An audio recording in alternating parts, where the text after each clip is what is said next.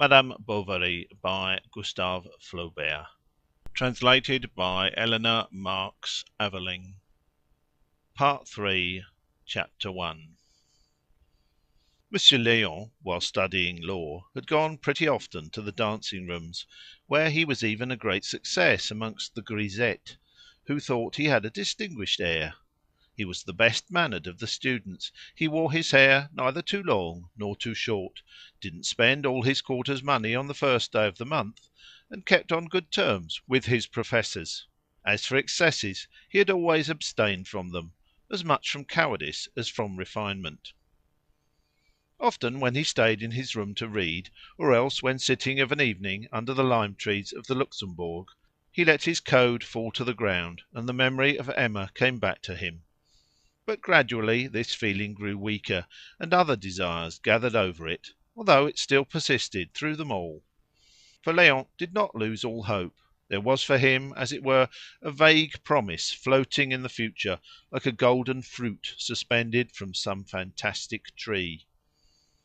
Then, seeing her again after 3 years of absence, his passion reawakened. He must, he thought, at last make up his mind to possess her. Moreover, his timidity had worn off by contact with his gay companions, and he returned to the provinces despising every one who had not with varnished shoes trodden the asphalt of the boulevards. By the side of a Parisienne in her laces, in the drawing room of some illustrious physician, a person driving his carriage and wearing many orders, the poor clerk would no doubt have trembled like a child, but here at Rouen, at the harbour, with the wife of this small doctor, he felt at his ease, sure beforehand he would shine. Self possession depends on its environment. We don't speak on the first floor as on the fourth, and the wealthy woman seems to have about her, to guard her virtue, all her bank notes, like a cuirass in the lining of her corset. On leaving the Bovarys the night before, Léon had followed them through the streets at a distance. Then, having seen them stop at the Croix Rouge, he turned on his heel and spent the night meditating a plan. So the next day, about 5 o'clock, he walked into the kitchen of the inn with a choking sensation in his throat, pale cheeks, and that resolution of cowards that stops at nothing. "The gentleman isn't in," answered a servant. This seemed to him a good omen. He went upstairs. She was not disturbed at his approach. On the contrary, she apologized for having neglected to tell him where they were staying. "Oh, I divined it," said Léon. He pretended he had been guided towards her by chance, by instinct. She began to smile, and at once, to repair his folly, Léon told her that he had spent his morning in looking for her in all the hotels in the town, one after another. "So you have made up your mind to stay?" he added. "Yes," she said, "and I am wrong. One ought not to accustom oneself to impossible pleasures when there are 1,000 demands upon one." "Oh, I can imagine." "Ah, no! For you are a man." But men, too, had had their trials, and the conversation went off into certain philosophical reflections. Emma expatiated much on the misery of earthly affections, and the eternal isolation in which the heart remains entombed. To show off, or from naive imitation of this melancholy which called forth his, the young man declared that he had been awfully bored during the whole course of his studies. The law irritated him, other vocations attracted him, and his mother never ceased worrying him in every one of her letters.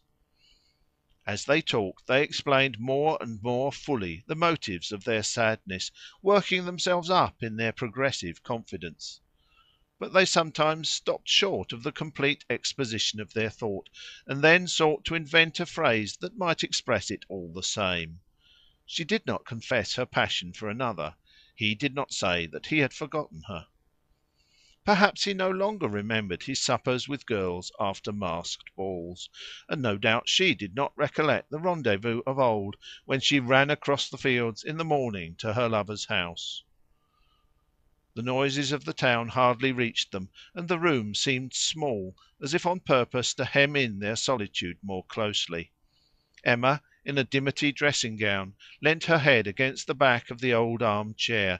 The yellow wall-paper formed, as it were, a golden background behind her, and her bare head was mirrored in the glass with the white parting in the middle, and the tip of her ears peeping out from the folds of her hair. "But pardon me," she said, "it is wrong of me. I weary you with my eternal complaints." "No, never, never." "If you knew," she went on, raising to the ceiling her beautiful eyes, in which a tear was trembling, "all that I had dreamt!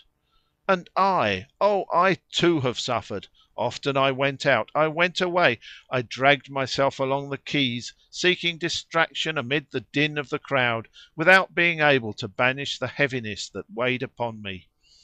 In an engraver's shop on the boulevard there is an Italian print of one of the muses. She is draped in a tunic, and she is looking at the moon, with forget-me-nots in her flowing hair. Something drove me there continually. I stayed there hours together." Then, in a trembling voice, "She resembled you a little." Madame Bovary turned away her head, that he might not see the irrepressible smile she felt rising to her lips. "Often," he went on, "I wrote you letters that I tore up." She did not answer. He continued, "I sometimes fancied that some chance would bring you. I thought I recognized you at street corners, and I ran after all the carriages, through whose windows I saw a shawl fluttering, a veil like yours." She seemed resolved to let him go on speaking without interruption. Crossing her arms and bending down her face, she looked at the rosettes on her slippers, and at intervals made little movements inside the satin of them with her toes. At last she sighed. "But the most wretched thing, is it not, is to drag out, as I do, a useless existence. If our pains were only of some use to someone, we should find consolation in the thought of the sacrifice." He started off in praise of virtue, duty, and silent immolation, having himself an incredible longing for self sacrifice that he could not satisfy. "I should much like," she said, "to be a nurse at a hospital. Alas! men have none of these holy missions, and I see nowhere any calling, unless perhaps that of a doctor." With a slight shrug of her shoulders, Emma interrupted him to speak of her illness, which had almost killed her. What a pity! She should not be suffering now. Léon at once envied the calm of the tomb, and one evening he had even made his will, asking to be buried in that beautiful rug with velvet stripes he had received from her. But this was how they would have wished to be, each setting up an ideal to which they were now adapting their past life. Besides, speech is a rolling mill that always thins out the sentiment. But at this invention of the rug she asked, "But why?" "Why?" He hesitated. "Because I loved you so." And congratulating himself at having surmounted the difficulty, Léon watched her face out of the corner of his eyes. It was like the sky when a gust of wind drives the clouds across. The mass of sad thoughts that darkened them seemed to be lifted from her blue eyes, her whole face shone. He waited. At last she replied, "I always suspected it." Then they went over all the trifling events of that far off existence, whose joys and sorrows they had just summed up in one word. They recalled the arbour with clematis, the dresses she had worn, the furniture of her room, the whole of her house. "And our poor cactuses, where are they?" "The cold killed them this winter." "Ah, how I have thought of them, do you know? I often saw them again, as of yore, when on the summer mornings the sun beat down upon your blinds, and I saw your two bare arms passing out amongst the flowers." "Poor friend!" she said, holding out her hand to him.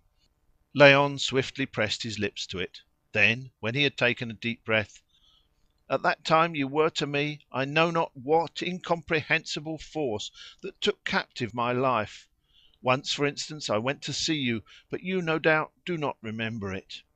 "I do," she said. "Go on." "You were downstairs in the anteroom, ready to go out, standing on the last stair. You were wearing a bonnet with small blue flowers, and without any invitation from you, in spite of myself, I went with you.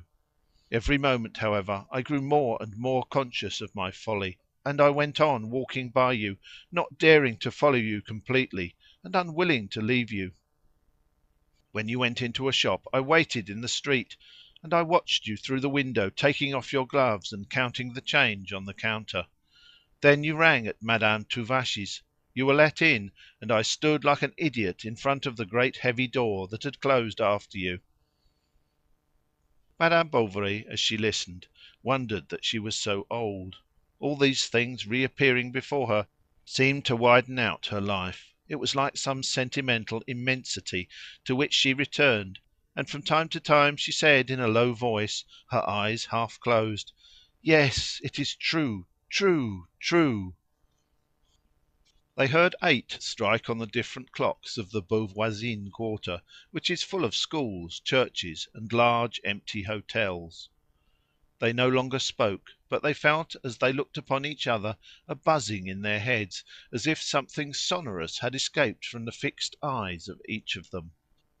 They were hand in hand now, and the past, the future, reminiscences and dreams, all were confounded in the sweetness of this ecstasy. Night was darkening over the walls, on which still shone, half hidden in the shade, the coarse colours of four bills representing four scenes from the Tour de Nesle, with a motto in Spanish and French at the bottom. Through the sash window a patch of dark sky was seen between the pointed roofs. She rose to light two wax candles on the drawers, then she sat down again. "Well!" said Léon. "Well!" she replied. He was thinking how to resume the interrupted conversation, when she said to him, "How is it that no one until now has ever expressed such sentiments to me?" The clerk said that ideal natures were difficult to understand. He from the first moment had loved her, and he despaired when he thought of the happiness that would have been theirs if, thanks to fortune, meeting her earlier, they had been indissolubly bound to one another. "I have sometimes thought of it," she went on. "What a dream!" murmured Léon. And fingering gently the blue binding of her long white sash, he added, "And who prevents us from beginning now?" "No, my friend," she replied. "I am too old, you are too young. Forget me, others will love you, you will love them." "Not as you!" he cried. "What a child you are! Come, let us be sensible. I wish it." She showed him the impossibility of their love, and that they must remain, as formerly, on the simple terms of a fraternal friendship. Was she speaking thus seriously? No doubt Emma did not herself know, quite absorbed as she was by the charm of the seduction, and the necessity of defending herself from it. And contemplating the young man with a moved look, she gently repulsed the timid caresses that his trembling hands attempted. "Ah, forgive me!" he cried, drawing back. Emma was seized with a vague fear at this shyness, more dangerous to her than the boldness of Rodolphe when he advanced to her open armed. No man had ever seemed to her so beautiful. An exquisite candour emanated from his being. He lowered his long fine eyelashes that curled upwards. His cheek with the soft skin reddened, she thought, with desire of her person, and Emma felt an invincible longing to press her lips to it. Then, leaning towards the clock as if to see the time, "Ah, how late it is!" she said. "How we do chatter!" He understood the hint and took up his hat. "It has even made me forget the theatre, and poor Bovary has left me here especially for that. Monsieur Lormeaux, of the Rue Grand Pont, was to take me and his wife." And the opportunity was lost, as she was to leave the next day. "Really?" said Léon. "Yes." "But I must see you again," he went on. "I wanted to tell you—" "What?" "Something important, serious. Oh, no! Besides, you will not go. It is impossible. If you should— Listen to me. Then you have not understood me. You have not guessed." "Yet you speak plainly," said Emma. "Ah, you can jest. Enough, enough! Oh, for pity's sake, let me see you once, only once." "Well—" She stopped; then, as if thinking better of it, "Oh, not here." "Where you will." "Will you—" She seemed to reflect. Then abruptly, "To morrow, at 11 o'clock, in the cathedral." "I shall be there." he cried, seizing her hands, which she disengaged. And as they were both standing up, he behind her, and Emma with her head bent, he stooped over her and pressed long kisses on her neck. "You are mad! Ah, you're mad!" she said, with sounding little laughs, while the kisses multiplied. Then, bending his head over her shoulder, he seemed to beg the consent of her eyes. They fell upon him full of an icy dignity. Léon stepped back to go out. He stopped on the threshold.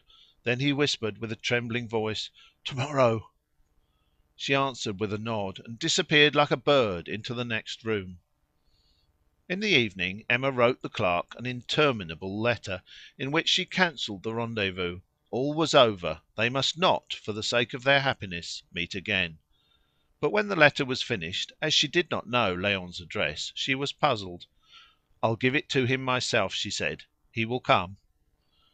The next morning, at the open window, and humming on his balcony, Léon himself varnished his pumps with several coatings.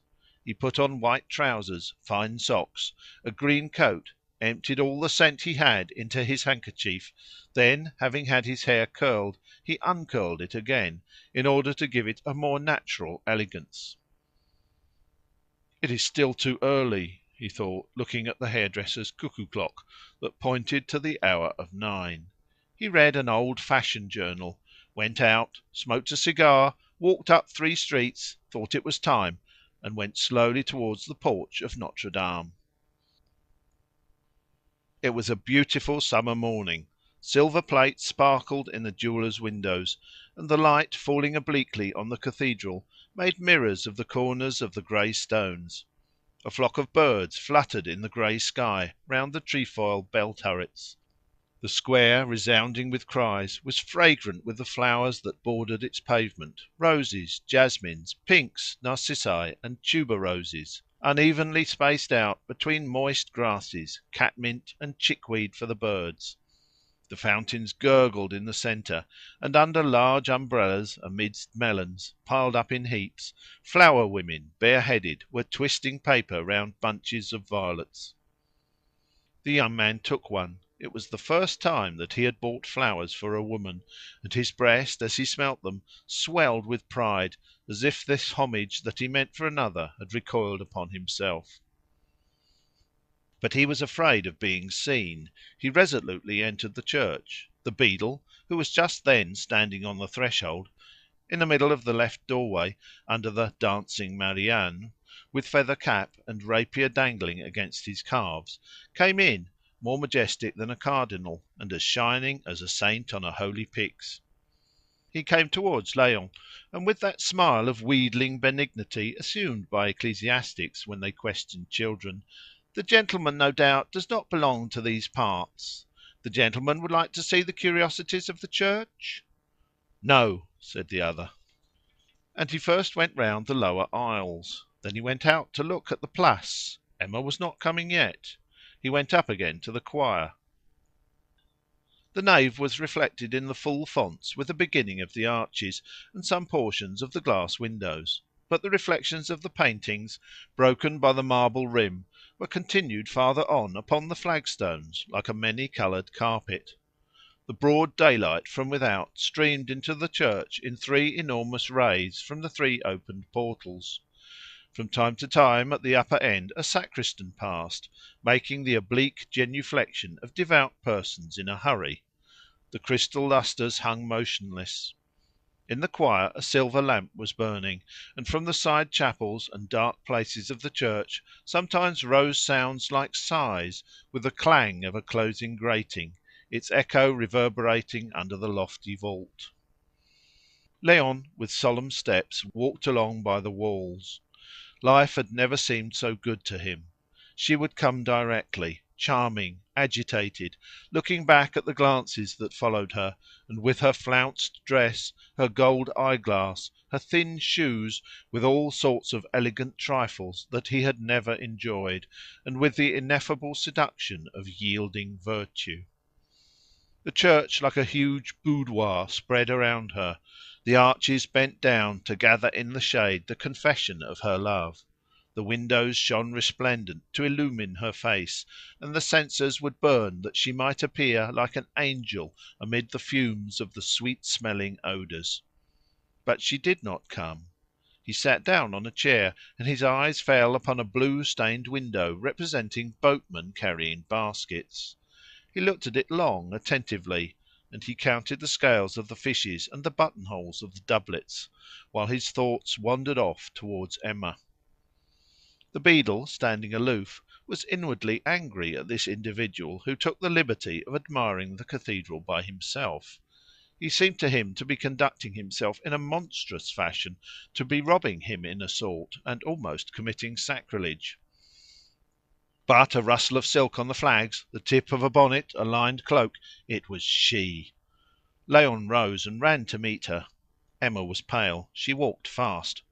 "Read," she said, holding out a paper to him. "Oh, no!"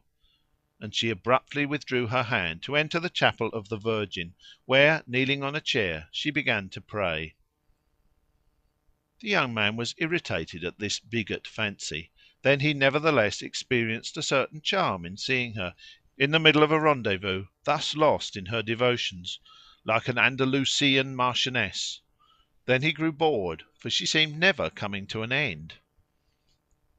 Emma prayed, or rather strove to pray, hoping that some sudden resolution might descend to her from heaven, and to draw down divine aid she filled full her eyes with the splendours of the tabernacle. She breathed in the perfumes of the full blown flowers in the large vases, and listened to the stillness of the church, that only heightened the tumult of her heart. She rose, and they were about to leave, when the beadle came forward hurriedly, saying "Madame, no doubt, does not belong to these parts. Madame would like to see the curiosities of the church?" "Oh, no!" cried the clerk. "Why not?" said she, for she clung with her expiring virtue to the Virgin, the sculptures, the tombs, anything. Then, in order to proceed by rule, the beadle conducted them right to the entrance near the square, where, pointing out with his cane a large circle of block stones without inscription or carving, "This," he said majestically, "is the circumference of the beautiful bell of Amboise. It weighed 40,000 pounds. There was not its equal in all Europe. The workman who cast it died of joy. Let us go on," said Léon. The old fellow started off again. Then, having got back to the chapel of the Virgin, he stretched forth his arm with an all embracing gesture of demonstration, and, prouder than a country squire showing you his espaliers, he went on "This simple stone covers Pierre de Breze, Lord of Varennes, and of Brissac, Grand Marshal of Poitou and Governor of Normandy, who died at the battle of Montlhéry on the 16th of July, 1465. Léon bit his lips, fuming. "And on the right, this gentleman, all encased in iron, on the prancing horse, is his grandson, Louis de Breze, Lord of Breval and of Montchauvet, Count de Maulevrier, Baron de Mauny, Chamberlain to the King, Knight of the Order, and also Governor of Normandy, died on the 23rd of July, 1531, a Sunday, as the inscription specifies. And below, this figure, about to descend into the tomb, portrays the same person. It is not possible, is it, to see a more perfect representation of annihilation?" Madame Bovary put up her eyeglasses. Léon, motionless, looked at her, no longer even attempting to speak a single word, to make a gesture, so discouraged was he at this twofold obstinacy of gossip and indifference. The everlasting guide went on. "Near him, this kneeling woman who weeps is his spouse, Diane de Poitiers, Countess de Breze, Duchess de Valentinois, born in 1499, died in 1566, and to the left, the one with the child, is the Holy Virgin. Now turn to this side. Here are the tombs of the Ambroise. They were both cardinals and archbishops of Rouen. That one was minister under Louis XII. He did a great deal for the cathedral. In his will he left 30,000 gold crowns for the poor." And without stopping, still talking, he pushed them into a chapel full of balustrades, some put away, and disclosed a kind of block that certainly might once have been an ill-made statue. Truly, he said with a groan, it adorned the tomb of Richard Coeur de Lion, King of England and Duke of Normandy. It was the Calvinists, sir, who reduced it to this condition. They had buried it for spite in the earth, under the episcopal seat of Monsignor. See, this is the door by which Monsignor passes to his house. Let us pass on quickly to see the gargoyle windows. But Léon hastily took some silver from his pocket and seized Emma's arm. The beadle stood dumbfounded, not able to understand this untimely munificence when there were still so many things for the stranger to see. So, calling him back, he cried, "Sir, sir, the steeple, the steeple!" "No, thank you," said Léon. "You are wrong, sir. It is 440 feet high, 9 less than the Great Pyramid of Egypt. It is all cast. It—" Léon was fleeing, for it seemed to him that his love, that for nearly 2 hours now had become petrified in the church like the stones, would vanish like a vapour through that sort of truncated funnel, of oblong cage, of open chimney that rises so grotesquely from the cathedral, like the extravagant attempt of some fantastic brazier. "But where are we going?" she said. Making no answer, he walked on with a rapid step, and Madame Bovary was already dipping her finger in the holy water when behind them they heard a panting breath interrupted by the regular sound of a cane. Léon turned back. "Sir!" "What is it?" And he recognized the beadle, holding under his arms and balancing against his stomach some 20 large sewn volumes. They were works which treated of the cathedral. "Idiot!" growled Léon, rushing out of the church. A lad was playing about the close. "Go and get me a cab." The child bounded off like a ball by the Rue Quatre Vents.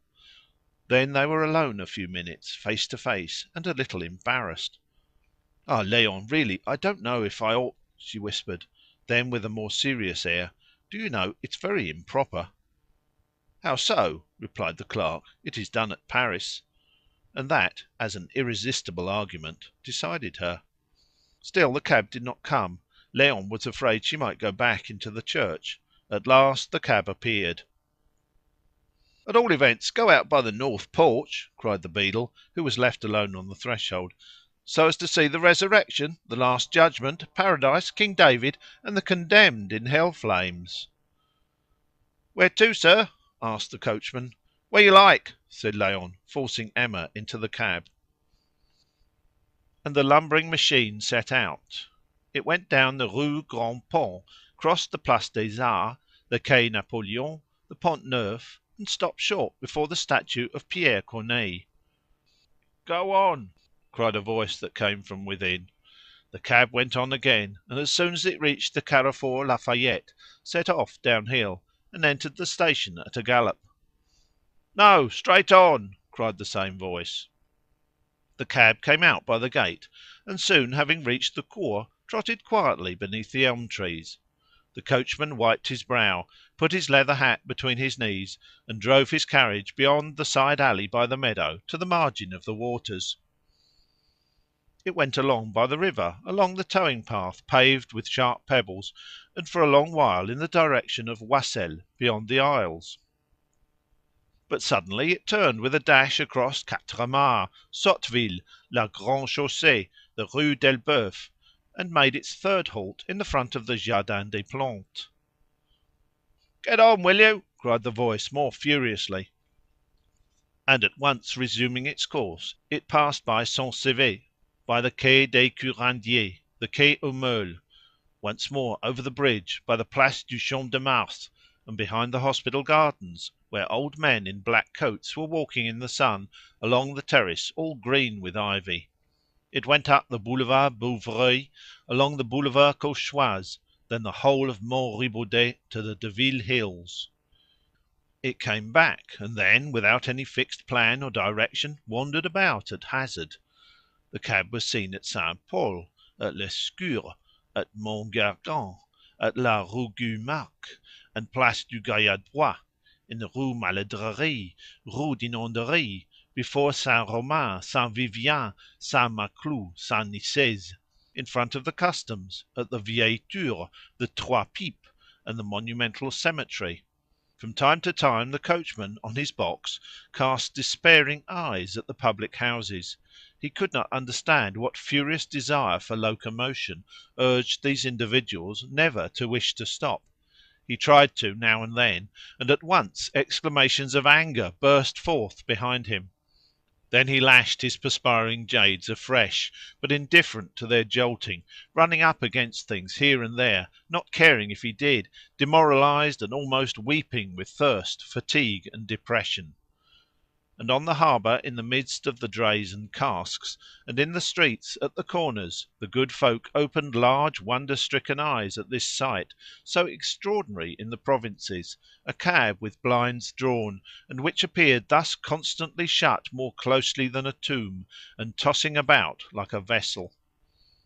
Once in the middle of the day, in the open country, just as the sun beat most fiercely against the old plated lanterns, a bared hand passed beneath the small blinds of yellow canvas, and threw out some scraps of paper that scattered in the wind, and farther off lighted like white butterflies on a field of red clover all in bloom.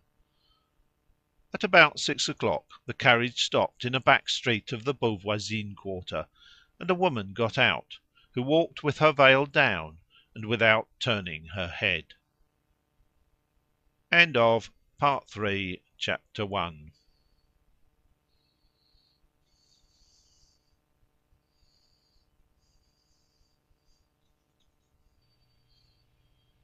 Madame Bovary by Gustave Flaubert. Translated by Eleanor Marx Aveling. Part 3, Chapter 2. On reaching the inn, Madame Bovary was surprised not to see a diligence. Hivert, who had waited for her 53 minutes, had at last started. Yet nothing forced her to go, but she had given her word that she would return that same evening. Moreover, Charles expected her. And in her heart she felt already that cowardly docility that is for some women at once chastisement and atonement for adultery. She packed her box quickly, paid her bill, took a cab in the yard, hurrying on the driver, urging him on, every moment inquiring about the time and the miles traversed. He succeeded in catching up the Hirondelle as it neared the first houses of Quincampoix. Hardly was she seated in her corner than she closed her eyes, and opened them at the foot of the hill, when from afar she recognized Félicité, who was on the lookout in front of the farrier's shop. Hivert pulled in his horses, and the servant, climbing up to the window, said mysteriously, "Madame, you must go at once to Monsieur Homais. It is for something important." The village was silent as usual. At the corner of the streets were small pink heaps that smoked in the air, for this was the time of jam making, and everyone at Yonville prepared his supply on the same day. But in front of the chemist's shop one might admire a far larger heap, and that surpassed the others with the superiority that a laboratory must have over ordinary stores, a general need over individual fancy. She went in. The large armchair was upset, and even the fanal de Rouen lay on the ground, outspread between two pestles. She pushed open the lobby door, and in the middle of the kitchen, amid brown jars full of picked currants, of powdered sugar and lump sugar, the scales on the table and of the pans on the fire, she saw all the hommes, small and large, with aprons reaching to their chins, and with forks in their hands. Justin was standing up with bowed head, and the chemist was screaming, "Who told you to go and fetch it in the Capernaum? What is it? What's the matter?" "What is it?" replied the druggist. "We're making preserves. They're simmering, but they're about to boil over because there's too much juice, and I ordered another pan." Then he, from indolence, from laziness, went and took, hanging on its nail in my laboratory, the key of the Capernaum.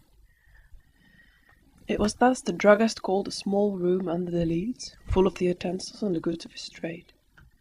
He often spent long hours there alone, labelling, decanting, and doing up again, and he looked upon it not as a simple store, but as a veritable sanctuary, whence there afterwards issued, elaborated by his hands, all sorts of pills, boluses, infusions, lotions, and potions, though Aubert far and wide a celebrity. Not one in the world set foot there, and he respected it so that he swept it himself. Finally, if the pharmacy, open to all comers, was the spot where he displayed his pride, the Capernaum was the refuge where, egoistically concentrating himself, Homais delighted in the exercise of his predilections, so that Justin's thoughtlessness seemed to him a monstrous piece of irreverence, and, redder than the currants, he repeated, "Yes, from the Capernaum, the key that locks up the acids and caustic alkalis. To go and get a spare pan, a pan with a lid, and that I shall perhaps never use. Everything is of importance in the delicate operations of our art, but devil take it, one must make distinctions, and not employ for almost domestic purposes that which is meant for pharmaceutical. It is as if one were to carve a fowl with a scalpel, as if a magistrate—" "Now be calm," said Madame Homais, and Athalie, pulling at his coat, cried, "Papa, papa!" "No, let me alone," went on the druggist. "Let me alone. Hang it! My word, one might as well set up for a grocer. That's it. Go it. Respect nothing. Break, smash, let loose the leeches, burn the mallow paste, pickle the gherkins in the window jars, tear up the bandages." "I thought you had—" said Emma. "Presently. Do you know to what you exposed yourself? Didn't you see anything in the corner on the left, on the third shelf? Speak, answer, articulate something." I don't know," stammered the young fellow. "Ah, you don't know. Well then, I do know. You saw a bottle of blue glass sealed with yellow wax that contains a white powder on which I have even written 'dangerous.' And do you know what's in it? Arsenic! And you go and touch it. You take a pan that was next to it," cried Madame Homais, clasping her hands. "Arsenic! You might have poisoned us all." And the children began howling as if they already had frightful pains in their entrails. "Or poison a patient," continued the druggist. "Do you want to see me in the prisoner's dock with criminals, in a court of justice? To see me dragged to the scaffold? Don't you know what care I take in managing things, although I'm so thoroughly used to it? Often I'm horrified myself when I think of my responsibility, for the government persecutes us, and the absurd legislation that rules us is a veritable Damocles sword over our heads." Emma no longer dreamed of asking what they wanted her for, and the druggist went on in breathless phrases. "That's your return for all the kindness we've shown you, and that's how you recompense me for really paternal care that I lavish on you, for without me where would you be? What will you be doing? Who provides you with food, education, clothes, and all the means of figuring one day with honor in the ranks of society? But you must pull hard at the oar if you're to do that, and get, as people say, callosities upon your hands. Fabricando fit faber, aga quod agis." He was so exasperated he quoted Latin. He would have quoted Chinese or Greenlandish had he known those two languages, for he was in one of those crises in which the whole soul shows indistinctly what it contains, like the ocean, which in the storm opens itself from the seaweeds on its shores down to the sound of its abysses. And he went on. "I'm beginning to repent terribly of having taken you up. I should certainly have done better to have left you rot in your poverty and the dirt in which you were born. Oh, you'll never be fit for anything but to herd animals with horns. You have no aptitude for science. You hardly know how to stick on a label. And there you are, dwelling with me, snug as a parson, living in clover, taking your ease." But Emma, turning to Madame Homais, "I was told to come here—" "Oh, dear me!" interrupted the good woman with a sad air. "How am I to tell you? It's a misfortune."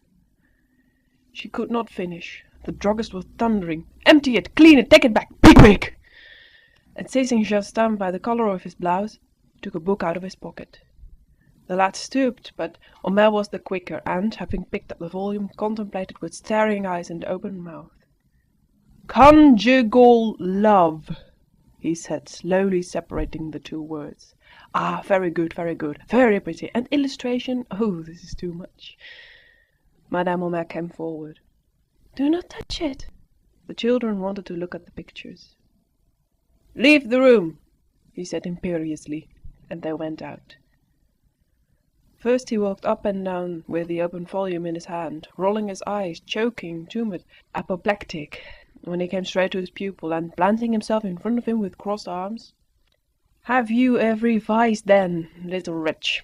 Take care, you're on a downward path. Did you not reflect that this infamous book might fall in the hands of my children, kindle a spark in their minds, tarnish the purity of Athalie, corrupt Napoleon? He is already formed like a man. Are you quite sure, anyhow, that they have not read it?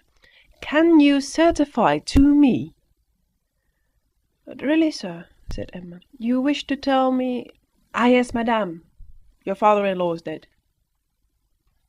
In fact, Monsieur Bovary senior had expired the evening before suddenly from an attack of apoplexy. He got up from the table, and, by way of greater precaution, on account of Emma's sensibility, Charles had begged Homais to break the horrible news to her gradually. Homais had thought over his speech. He had rounded, polished it, made it rhythmical. It was a masterpiece of prudence and transitions, of subtle turns and delicacy. But anger had got the better of rhetoric.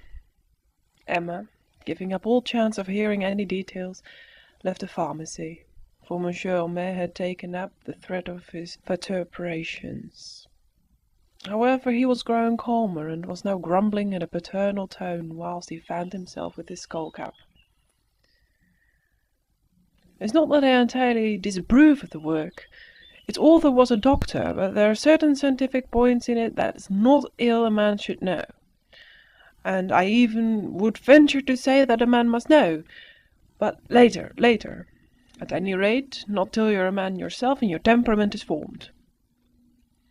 When Emma knocked at the door, Charles, who was waiting for her, came forward with open arms, and said to her with tears in his voice, "Oh, my dear," and he bent over her gently to kiss her.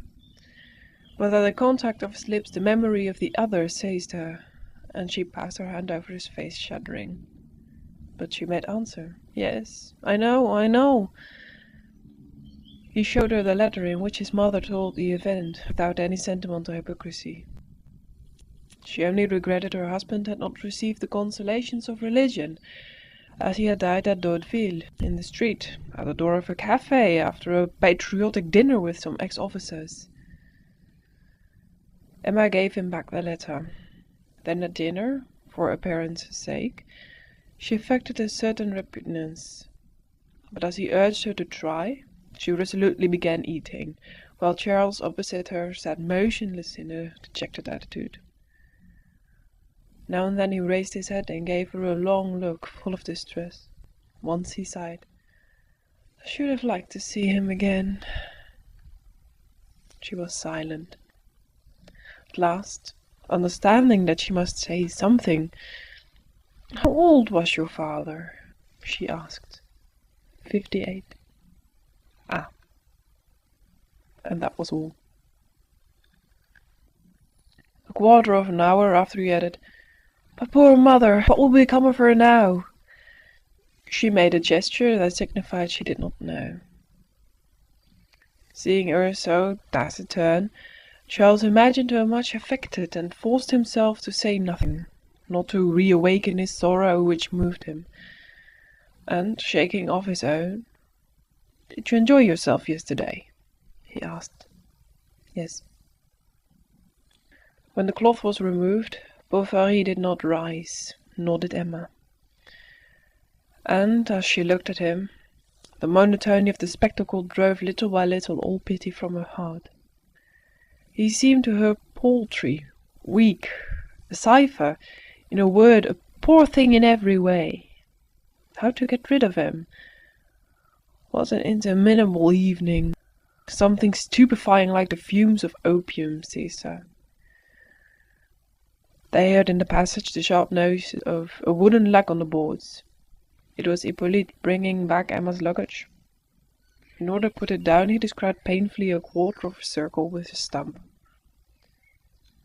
He doesn't even remember any more about it, she thought, looking at the poor devil whose coarse red hair was wet with perspiration.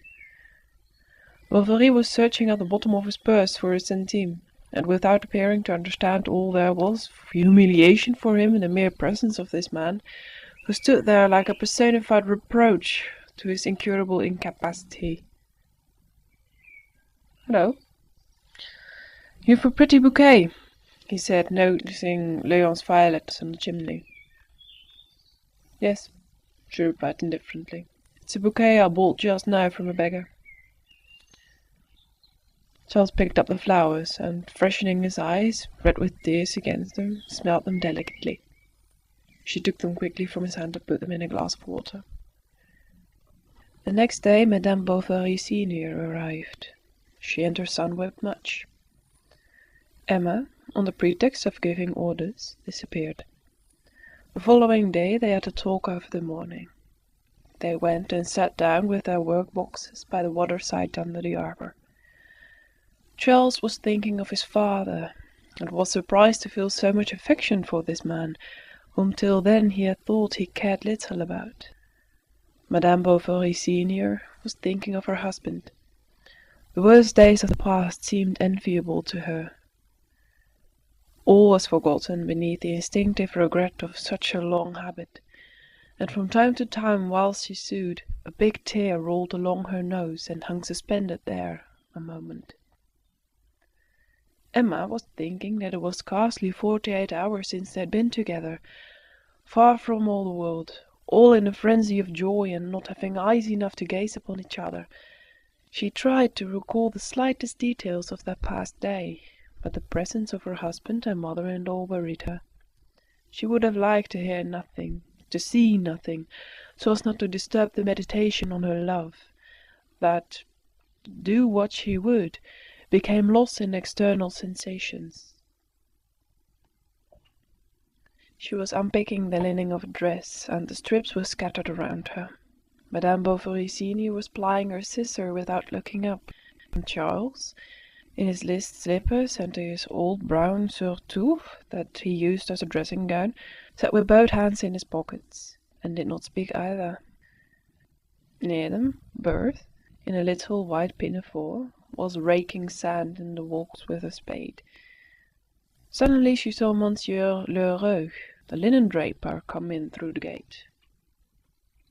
He came to offer his services under the sad circumstances. Emma answered that she thought she could do without. The shopkeeper was not to be beaten. "I beg your pardon," he said, "but I should like to have a private talk with you." Then in a low voice, "It is about that affair, you know." Charles crimsoned to his ears. "Oh, yes, certainly," and in his confusion turning to his wife, "Couldn't you, my darling?" She seemed to understand him, for she rose, and Charles said to his mother, "It's nothing particular, no doubt some household trifle."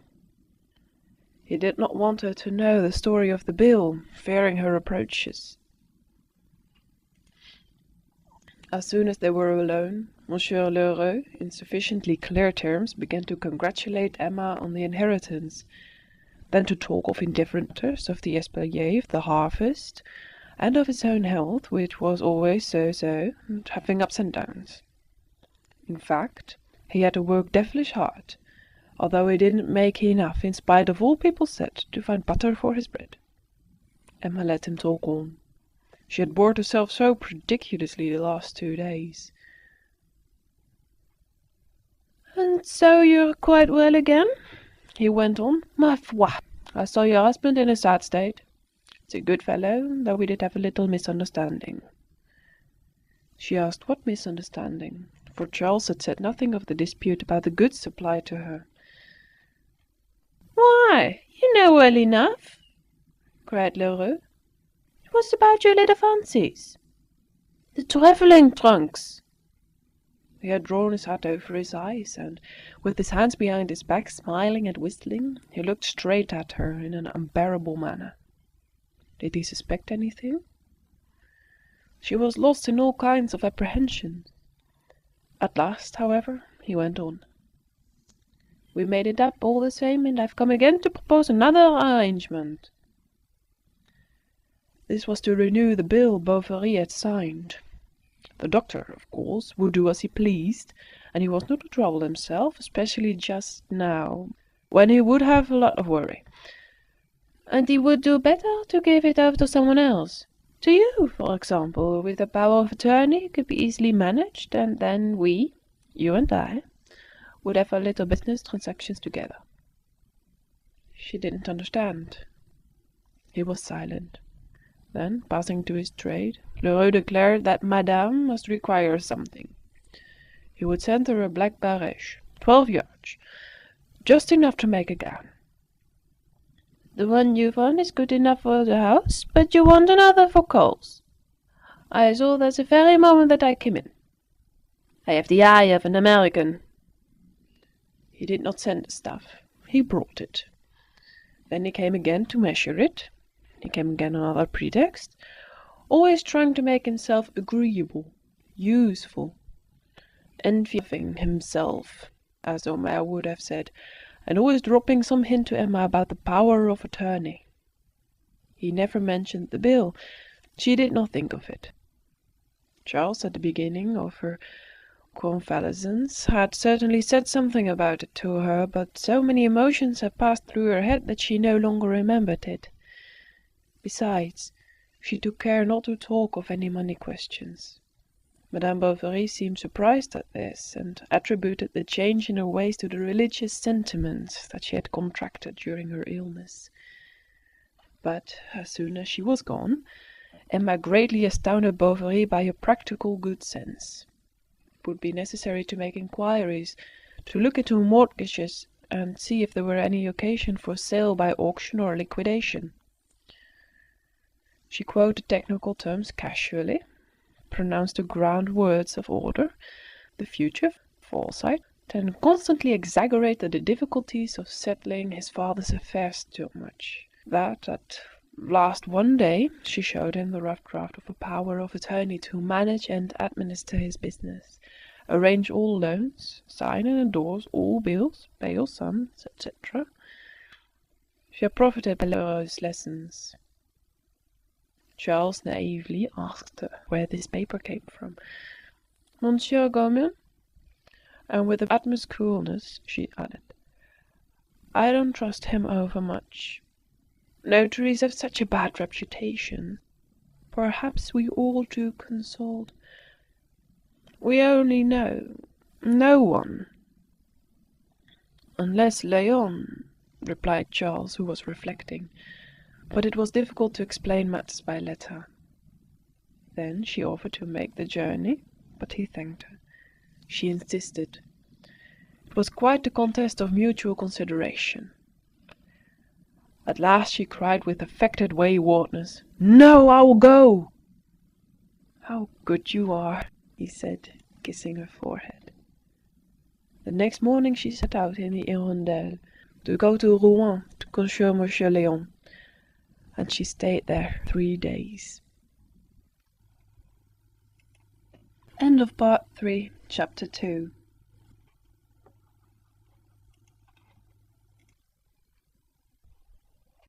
Madame Bovary by Gustave Flaubert, translated by Eleanor Marx Aveling. Part 3, Chapter 3. They were 3 full, exquisite days. A true honeymoon. They were at the Hotel de Boulogne on the harbour, and they lived there, with drawn blinds and closed doors, with flowers on the floor, and iced syrups were brought them early in the morning. Towards evening they took a covered boat and went to dine on one of the islands.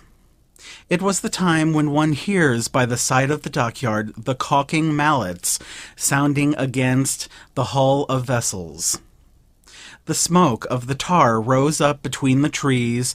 There were large, fatty drops on the water, undulating in the purple color of the sun like floating plaques of Florentine bronze.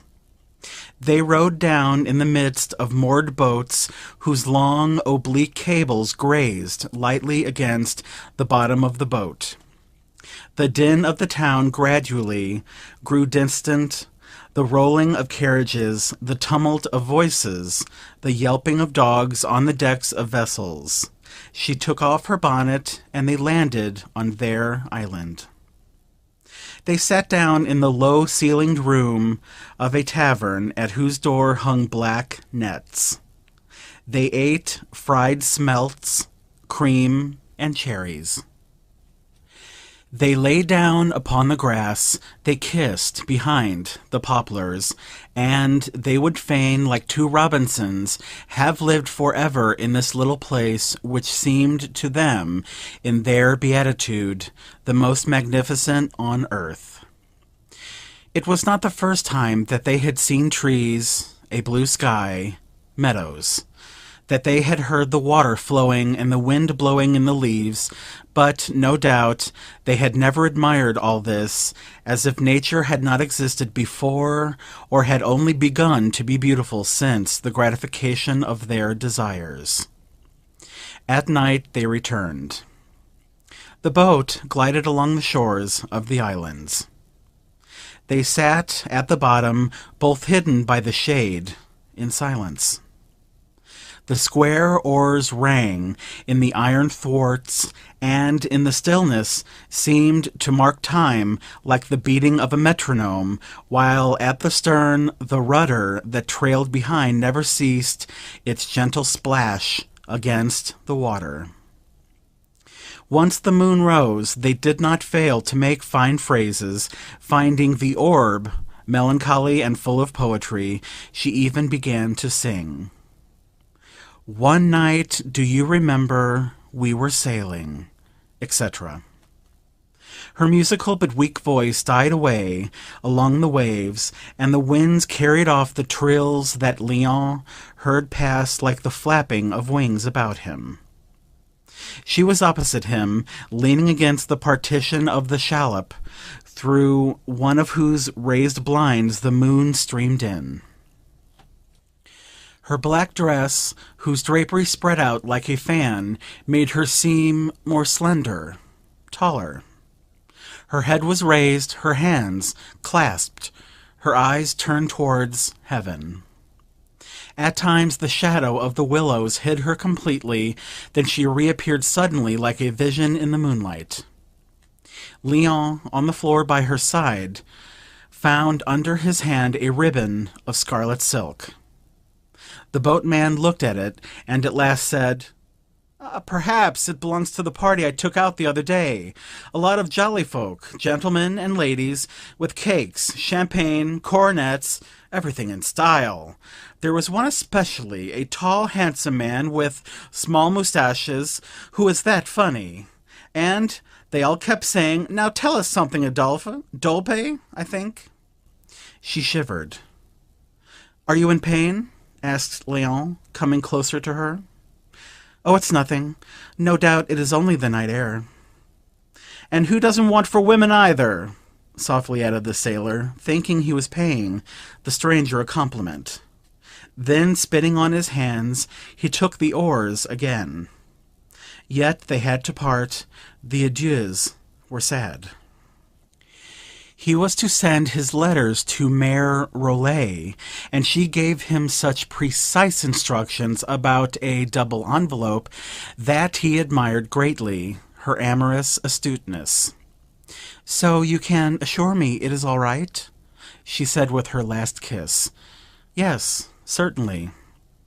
But why, he thought afterwards as he came back through the streets alone, is she so very anxious to get this power of attorney? End of Part 3, Chapter 3.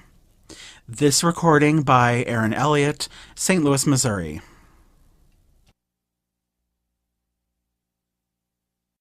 Madame Bovary by Gustave Flaubert, translated by Eleanor Marks Aveling.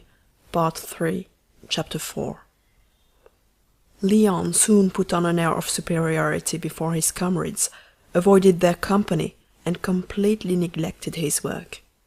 He waited for her letters, he reread them, he wrote to her. He called her to mind with all the strength of his desires and of his memories. Instead of lessening with absence, this longing to see her again grew, so that at last on Saturday morning he escaped from his office. When from the summit of the hill he saw in the valley below the church spire with its tin flag swinging in the wind, he felt that delight mingled with triumphant vanity and egoistic tenderness that millionaires must experience when they come back to their native village.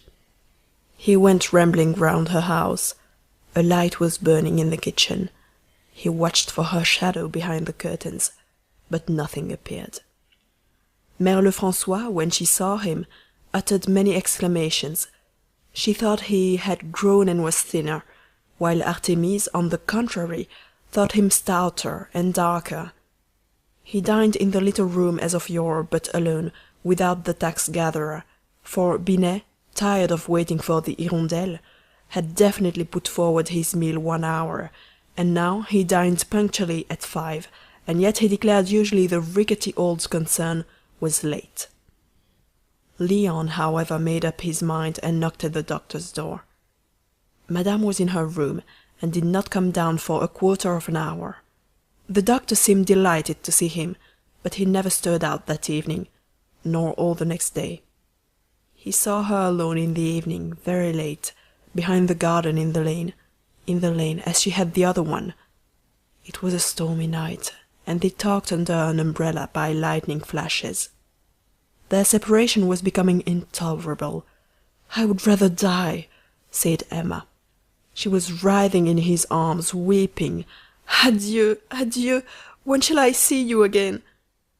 They came back again to embrace once more, and it was then that she promised him to find soon, by no matter what means, a regular opportunity for seeing one another in freedom at least once a week. Emma never doubted she should be able to do this. Besides, she was full of hope. Some money was coming to her. On the strength of it, she bought a pair of yellow curtains with large stripes for her room, whose cheapness Monsieur Lheureux had commanded. She dreamt of getting a carpet, and Lheureux, declaring that it wasn't drinking the sea, politely undertook to supply her with one. She could no longer do without his services. 20 times a day she sent for him, and he at once put by his business without a murmur. People could not understand either why Mère Rollet breakfasted with her every day, and even paid her private visits. It was about this time, that is to say the beginning of winter, that she seemed seized with great musical fervour. One evening, when Charles was listening to her, she began the same piece 4 times over, each time with much vexation, while he, not noticing any difference, cried, "Bravo! Very good! You are wrong to stop. Go on." "Oh no, it is execrable. My fingers are quite rusty." The next day he begged her to play him something again. "Very well, to please you." And Charles confessed she had gone off a little. She played wrong notes and blundered. Then, stopping short, "It is no use. I ought to take some lessons, but—" She bit her lips and added, 20 francs a lesson, that's too dear." "Yes, so it is, rather," said Charles, giggling stupidly. "But it seems to me that one might be able to do it for less, for there are artists of no reputation, and who are often better than the celebrities." "Find them," said Emma. The next day, when he came home, he looked at her shyly, and at last could no longer keep back the words. "How obstinate you are sometimes! I went to Barfuchères today.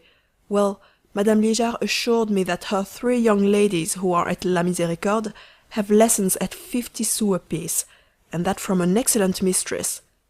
She shrugged her shoulders and did not open her piano again, but when she passed by it, if Bovary were there, she sighed, "Ah, my poor piano!" And when anyone came to see her, she did not fail to inform them she had given up music, and could not begin again now for important reasons. Then people commiserated her. What a pity! She had so much talent! They even spoke to Bovary about it. They put him to shame, and especially the chemist. You are wrong. One should never let any of the faculties of nature lie fallow. Besides, just think, my good friend, that by inducing Madame to study, you are economizing on the subsequent musical education of your child. For my own part, I think that mothers ought themselves to instruct their children.